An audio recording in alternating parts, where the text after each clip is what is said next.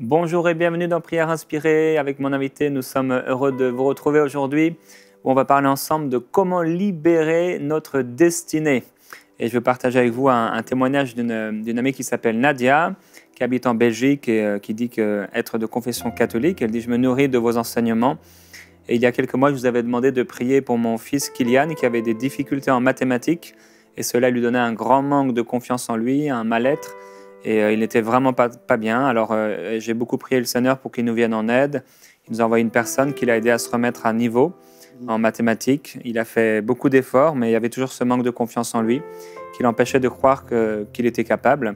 À l'école, lorsqu'il faisait un contrôle, c'était la catastrophe. Même son instituteur lui a dit qu'il allait rater. Et quand il m'a dit ça, j'ai annulé cette parole de malédiction. J'ai proclamé la parole de Dieu sur sa réussite. Et voilà, il dit « J'ai confiance en mon Dieu ». Kylian avait peur de rater son examen. Elle dit « Le week-end avant l'examen, nous avons pas mal travaillé. Le samedi, on a fait des exercices. Il y avait des erreurs. Il ne se sentait pas prêt. Il était découragé. Il a laissé de côté. Et le soir, j'ai beaucoup prié le Seigneur. Je me suis endormi. Le dimanche matin, je me suis réveillé et j'avais à l'esprit David contre Goliath. Alors, le Seigneur m'a inspiré d'aller voir une de vos vidéos de prière inspirée. Je suis tombé sur la vidéo où vous parlez de vaincre Goliath. J'ai fait regarder cette vidéo à mon fils, il l'a écouté jusqu'au bout, il a prié avec vous, le Seigneur l'a touché. Et à un certain moment, il a eu une grande fatigue, il a dormi pendant 2 heures. Et c'est souvent, bien sûr, une conséquence de la présence de Dieu dans le cœur d'un enfant ou d'un homme, d'une femme. Le lundi, alors, voilà, nous avons arrêté les exercices ensuite. Il est parti confiant pour affronter son Goliath. Avant ça, il s'est agenouillé à la maison, il a prié le Seigneur, il a demandé de l'aide au Saint-Esprit et il m'a dit qu'il a ressenti des frissons qui lui parcouraient le corps et c'est alors oui, qu'il est parti confiant pour affronter son Goliath. Alors la maman voilà, remercie le Seigneur, elle dit que Dieu lui a dit que rien n'était impossible à celui qui croit, effectivement.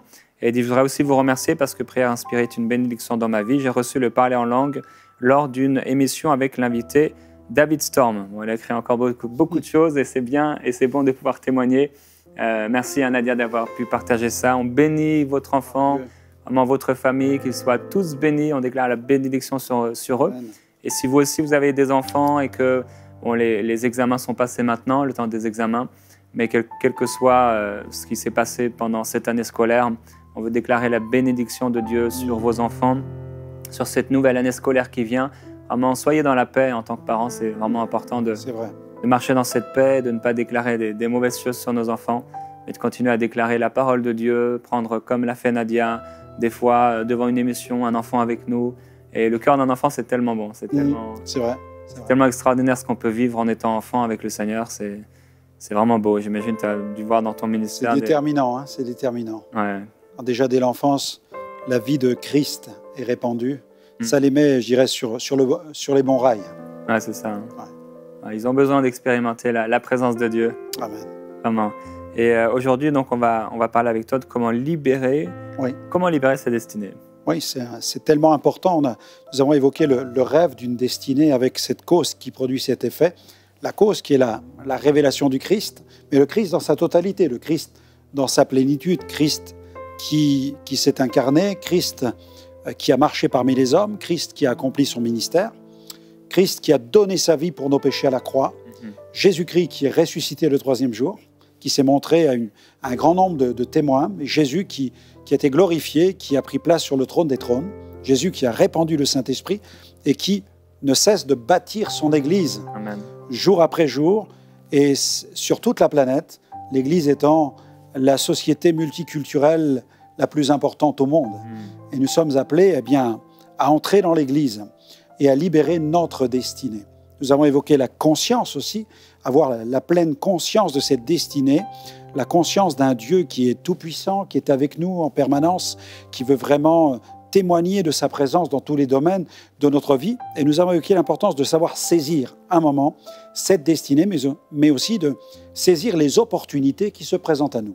L'opportunité d'annoncer l'Évangile, de prier pour un malade, de faire une bonne action, d'accomplir de bonnes œuvres, l'opportunité de recevoir le baptême dans le Saint-Esprit, de recevoir des guérisons. Mais là, nous allons aborder, c'est vrai, cette dimension qui consiste à libérer vraiment. Il faut libérer, il faut lâcher prise sur sa propre vie. Jésus a dit, celui qui voudra sauver sa vie, la perdra. mais celui qui va la lâcher à cause de lui, il va la retrouver. Amen. Ici-bas, dans le cadre de les œuvres du royaume qui vont s'accomplir, mais en même temps, jusque dans l'éternité. Parce que nos œuvres nous suivent jusque là.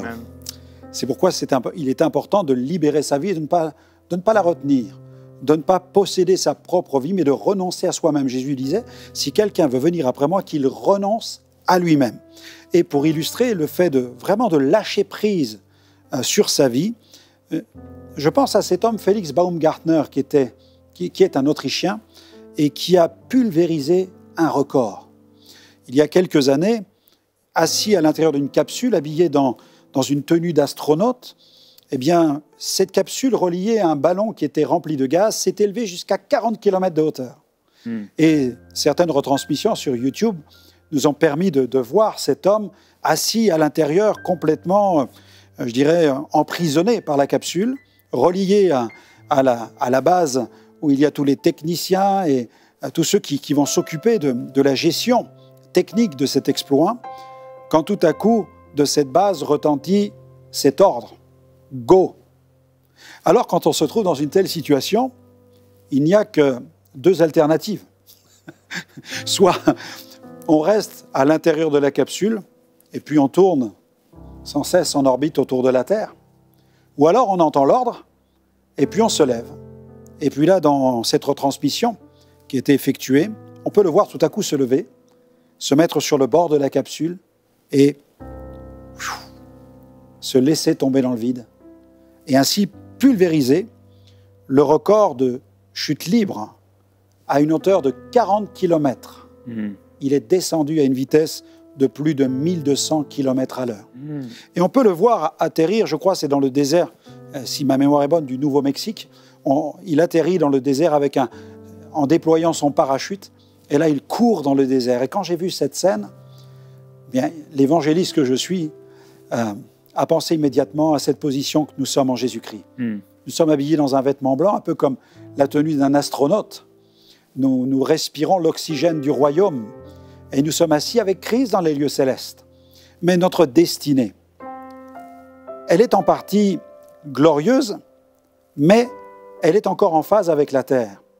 C'est-à-dire que nous devons bien comprendre que nous sommes assis avec Christ dans les lieux célestes par la foi, mais que nous avons encore une mission à accomplir sur la terre, un peu comme Félix Baumgartner qui déploie son parachute, comme nous avons su déployer le parachute de notre salut. Et nous courons dans le désert de ce monde qui était asséché à cause de la puissance du péché, et nous courons pour annoncer la bonne nouvelle, l'évangile, tel des globetrotters. Nous proclamons cette bonne nouvelle du royaume de Dieu. Et pour cela, il nous faut libérer radicalement notre vie pour pouvoir entrer pleinement dans cette destinée. Et Paul nous donne vraiment cette parole. Dans Galates 2, verset 20, « J'ai été crucifié avec Christ. Et si je vis, ce n'est plus moi qui vis. C'est Christ qui vit en moi. Si je vis maintenant dans la chair, je vis dans la foi au Fils de Dieu qui m'a aimé et qui s'est livré lui-même pour moi. » William Law disait, un chrétien, un Christ qui n'est pas en nous, il disait, un Christ qui n'est pas en nous, c'est un Christ qui ne nous appartient pas. Il est nécessaire que Christ soit pleinement en nous si nous voulons libérer notre destinée. Il est nécessaire pour vous tous qui nous écoutez que Christ soit vraiment au cœur de votre existence. Au fait, l'avez-vous reçu? Est-il votre sauveur? S'il ne l'est pas encore, vous pouvez le faire maintenant, vous pouvez faire cette prière maintenant. Ouvrir la porte de votre cœur et dire « Jésus, viens dans ma vie, règne en moi. » Faites-le là où vous êtes. Je ne sais pas dans quel pays vous vous trouvez, mais cette émission parcourt le monde. Elle parcourt le globe. Et là où vous êtes, vous pouvez faire le choix de recevoir Jésus-Christ comme votre sauveur et comme votre Seigneur.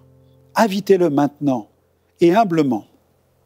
Courbez-vous devant le Père Céleste, devant votre Créateur, celui qui a envoyé Jésus, celui qui a envoyé son Fils, ce Fils qui a accepté de sacrifier sa vie pour vous. Demandez-lui pardon pour tous vos péchés, car il est mort pour vos péchés aussi. Il est mort pour tous les péchés de l'humanité, mais il est mort, bien entendu, pour les vôtres. Et si vous voulez être pardonné et purifié de vos péchés, il est important de les confesser maintenant. N'essayez pas d'aller les énumérer les uns après les autres, ils sont tellement nombreux. Il est mort pour votre péché. Demandez-lui pardon maintenant pour votre péché, pour cette vie séparée de Dieu. Et dites-lui, Seigneur, viens dans ma vie, règne en moi, lave-moi, transforme-moi, purifie-moi et règne dorénavant dans ma vie, car je m'engage à conformer ma vie au contenu des Saintes Écritures. Amen. Je te reçois, Seigneur Jésus, en cet instant. Amen. Gloire au Seigneur. Libérez déjà votre vie. Il faut libérer sa vie pour commencer à entrer dans cette pleine destinée. Et puis, deuxièmement, il faut libérer sa vie chrétienne. Il arrive que la vie chrétienne soit une véritable capsule à l'intérieur de laquelle on peut tout à coup se trouver enfermé. On voit à un moment l'apôtre Paul adresser une réprimande à une église disant à ces chrétiens, sans nous, vous avez déjà commencé à régner. Certains chrétiens vivent sur la terre comme s'ils régnaient déjà dans le ciel. Ils oublient quelle est leur responsabilité et quels sont leurs devoirs. Et dans l'Apocalypse, il y a une réprimande aussi qui résonne et qui dit « Ce que j'ai contre toi, c'est que tu as perdu ce premier amour. » Et il est important de retrouver ce premier amour pour que nous puissions véritablement entrer pleinement dans cette vie avec Dieu, libérer sa vie, mais aussi libérer sa vie chrétienne de toutes sortes d'entraves, parfois de tradition, de religiosité et même de routine. Et je vois dans la parole de Dieu que ça n'est pas une fatalité que de vivre une vie chrétienne qui, avec les années, finit par s'endormir. Certains disent « Oh, à l'époque, nous avons vécu une rencontre tellement vibrante avec Dieu, mais avec le temps, ça se calme. » On entend certaines voix qui disent « Maintenant, nous avons fait notre temps, place aux jeunes, place aux jeunes. » Mais ce que je vois dans la parole de Dieu, quand je pense à cette femme, Anne, qui se tient dans le temple, elle a 84 ans. Nuit et jour, elle est dans le temple. Et Prières inspirées, c'est une émission qui nous parle de cette intimité avec Dieu. Et ce rendez-vous a été planifié pour maximiser chez chacun ce désir de consacrer du temps avec Dieu. Cette femme était dans le temple, elle parlait de Jésus à toute la population. Et elle était prophétesse. Elle était remplie de l'Esprit, remplie de la plénitude du Saint-Esprit. C'est important que l'on puisse libérer notre vie chrétienne et que nous ne nous cherchions pas des excuses en disant « Je suis jeune, je dois travailler, j'ai mes responsabilités, j'ai ma vie de couple. » Il y a des responsabilités qui sont tout à fait légitimes. Ne nous cachons pas non plus derrière cette excuse de dire « Maintenant, je suis trop vieux, place aux jeunes. » La Bible dit que le Seigneur nous renouvelle pendant la marche. Et elle parle des anciens. Il y a un passage dans la parole de Dieu où il est question vraiment de cette plénitude que Dieu nous donne au sujet du juste. Dans le psaume 92, au sujet des anciens, ils portent encore des fruits dans leur vieillesse. Ils sont pleins de sève et verdoyants. Amen. L'âge avancé ne doit pas devenir une excuse pour vivre une vie chrétienne à demi-mot, en retrait, asséché. J'aimerais dire à tous ceux qui ont le sentiment d'avoir pris de l'âge, qui ont le sentiment que la roue tourne et qu'il faut laisser la place aux jeunes, que l'intensité de la vie de l'Esprit est réservée à tous les rachetés parce que l'Esprit de Dieu est un esprit éternel. Amen. Donc l'Esprit de Dieu, il n'est ni jeune ni vieux, il est Esprit de Dieu, il est éternel, c'est l'Esprit d'éternité. Et lorsque l'Esprit d'éternité remplit la vie du croyant, impossible pour lui de tomber dans une vie chrétienne routinière, mièvre, insipide. Non, la vie du Saint-Esprit désire couler en nous et il nous faut libérer vraiment pleinement notre vie chrétienne dans la puissance du Saint-Esprit. Le Seigneur veut nous utiliser au fil de toutes les saisons de la vie. Que l'on soit jeune ou moins jeune, à chacune de ces saisons, il y a une capacité du Saint-Esprit que Dieu désire nous accorder pour que nous puissions vivre une vie pleine, pleinement épanouie, pleinement bénie, pleinement remplie pour sa gloire. Je pense à cet homme, John Sung, qui était considéré à l'époque, au début du siècle dernier, comme le John Wesley de la Chine. Ce jeune homme a été élevé dans une famille méthodiste, né en 1901, et il a été conduit à faire des études aux États-Unis. Et arrivé aux États-Unis, il s'est refroidi sur le plan spirituel. Et alors que le réveil éclate en Chine, dans sa chambre d'étudiant, l'Esprit de Dieu tombe sur lui. Il est rempli du Saint-Esprit, à tel point qu'il se rend dans l'amphithéâtre où il y a tous les étudiants, et il commence à prêcher l'Évangile. Et tout le monde dit qu'il est devenu fou, qu'il fait une crise mystique. Alors on va l'emmener dans un hôpital psychiatrique, lui demander de se calmer sous peine de le renvoyer directement dans son pays. Et alors qu'il est dans cet hôpital, il va lire plusieurs dizaines de fois la Bible en quelques semaines. De façon incessante, il parcourt les Écritures. Et vient le temps pour lui de réaliser qu'il doit rentrer chez lui. Alors qu'il a décroché plusieurs diplômes universitaires, il prend un bateau qui le ramène vers la Chine, et là, à bord du navire, il prend tous ses diplômes et il les jette à la mer. Alors, vous qui m'écoutez, qui avez des diplômes, bien entendu, ne faites pas comme John Sung, à moins que Dieu vous appelle à accomplir un ministère où vous n'aurez de toute évidence pas besoin de tels diplômes. Il a compris en fait que sa carrière ne serait ni dans la médecine, ni dans les capacités juridiques ou dans l'administration ou dans d'autres métiers. Il a compris que Dieu avait une vocation pour lui et qu'il fallait qu'il libère totalement sa vie chrétienne. Il ne devait plus maintenant retenir cette vie qu'il avait reçue. Et arrivé sur la côte chinoise, il va commencer à former des jeunes à l'évangélisation. Il va investir dans la jeunesse, il va équiper la jeunesse et il va libérer tous ces jeunes qui vont partir dans la Chine, proclamer cet évangile. Et les étudiants, les historiens qui sont penchés sur la vie de John Sung ont découvert que ces jeunes qui prêchaient l'évangile étaient accompagnés de miracles dans tous ces villages où il se rendait.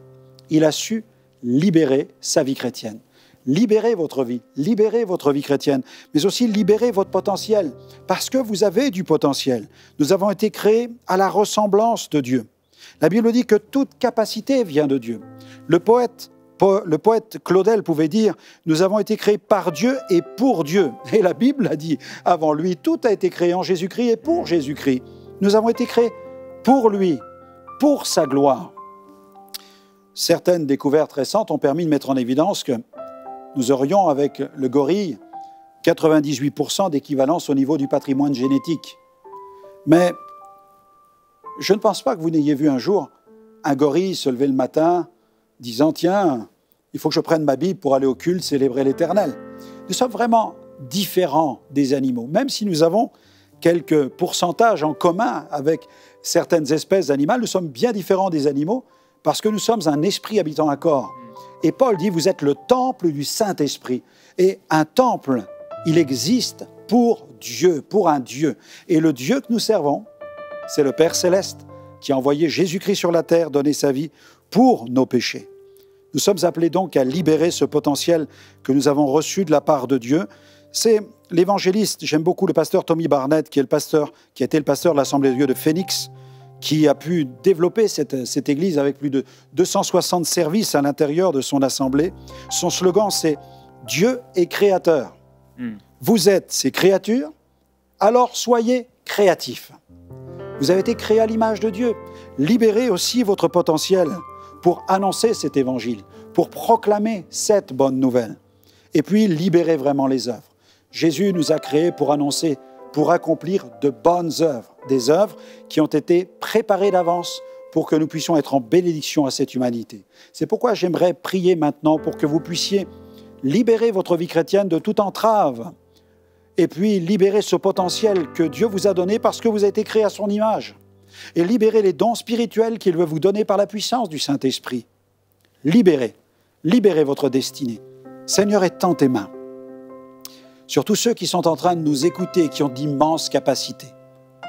Un tel a des capacités dans le domaine de la musique, un autre dans le domaine social, un autre dans le domaine des arts, du sport, du journalisme. Quels que soient les domaines, Seigneur, ces capacités viennent de Dieu. Et nous te prions, Seigneur, par la puissance du Saint-Esprit, de venir libérer ces talents naturels.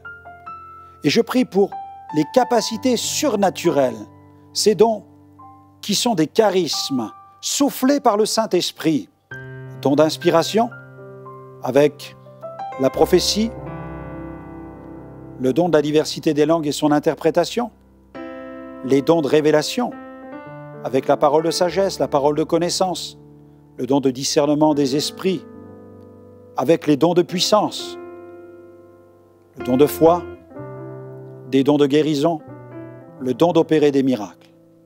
Seigneur, que ces dons surnaturels, ces manifestations se produisent au travers de tes enfants.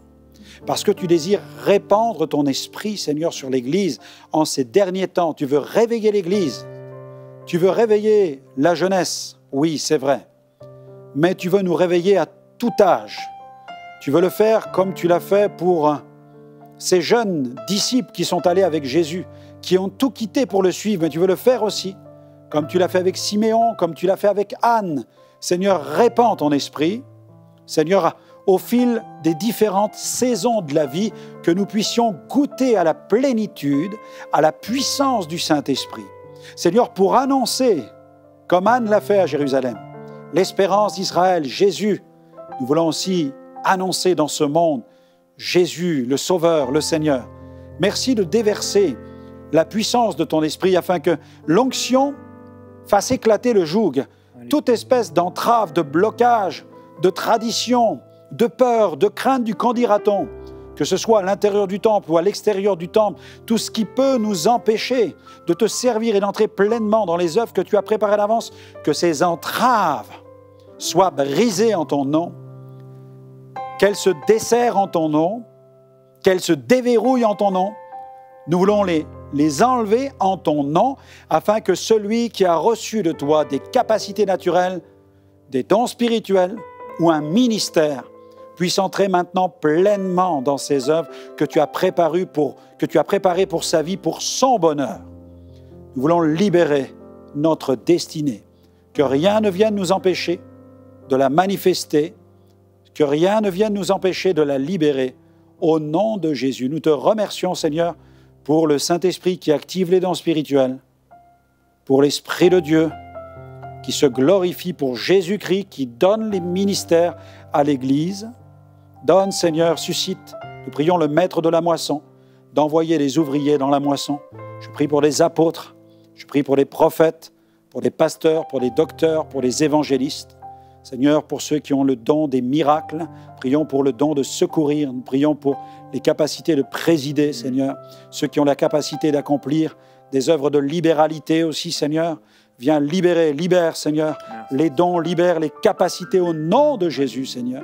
Que rien ne soit retenu, que nous soyons vraiment un peuple libre d'entrer pleinement dans tout ce que tu as prévu. Au nom de Jésus, nous te bénissons. Amen.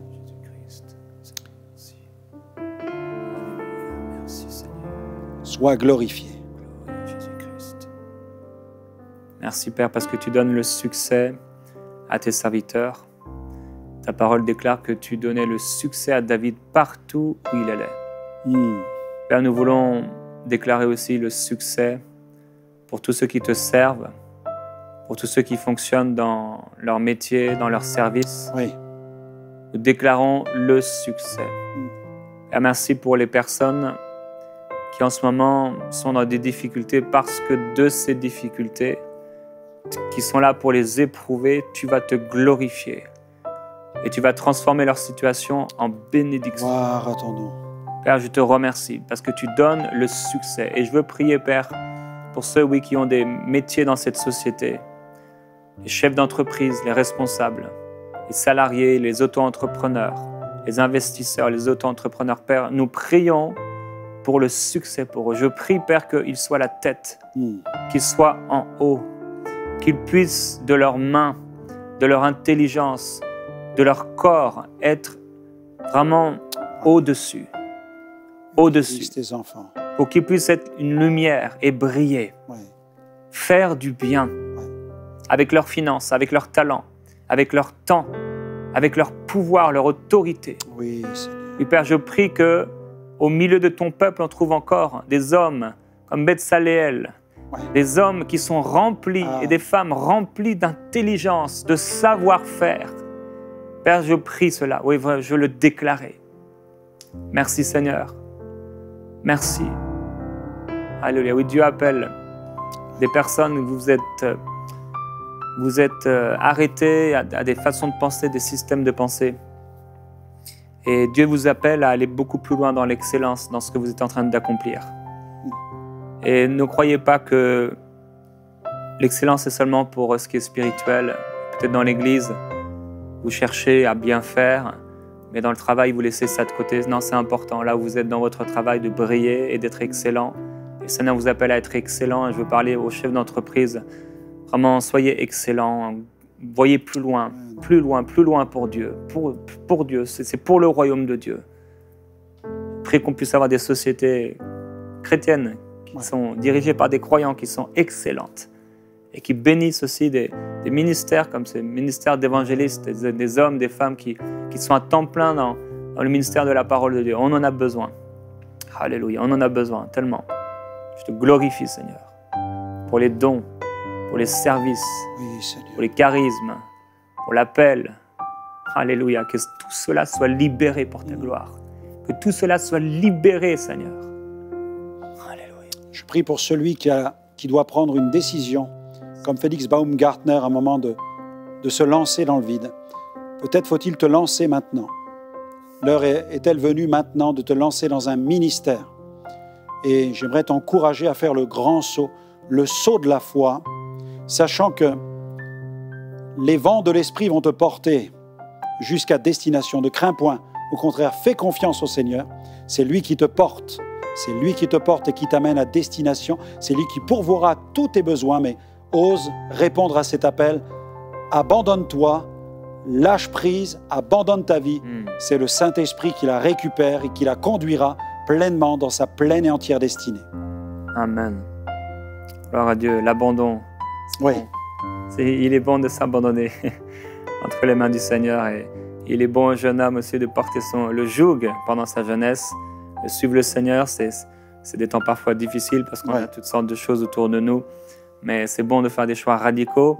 Et vous qui m'écoutez, les jeunes, faites de ces choix radicaux. Moi, je vais servir le Seigneur là où je suis, que ce soit à l'école, au collège, au lycée, à l'université peut-être alors que vous grandissez. Vraiment qu'on puisse voir la différence entre vous et ceux qui ne connaissent pas le Seigneur. Brillez là où vous trouvez. On déclare la présence de Dieu sur vous, la gloire de Dieu sur vous. Il y a des rendez-vous que le Seigneur a prévus pour vous. Et parce qu'il veut faire de vous cette lumière, alors ne vous cachez plus. Mais là où vous êtes, éclairez ceux qui sont autour de vous. Merci encore, Évangéliste Franck. Merci pour ton ministère. Et je prie qu'aussi tu puisses avoir de plus en plus de personnes qui soutiennent ce ministère. C'est important. Les évangélistes ont besoin d'être soutenus par des hommes et des femmes comme Jésus l'était par plusieurs femmes qui soutenaient son ministère de leur bien. On vous bénit au nom de Jésus et on vous dit à demain dans Prière Inspirée.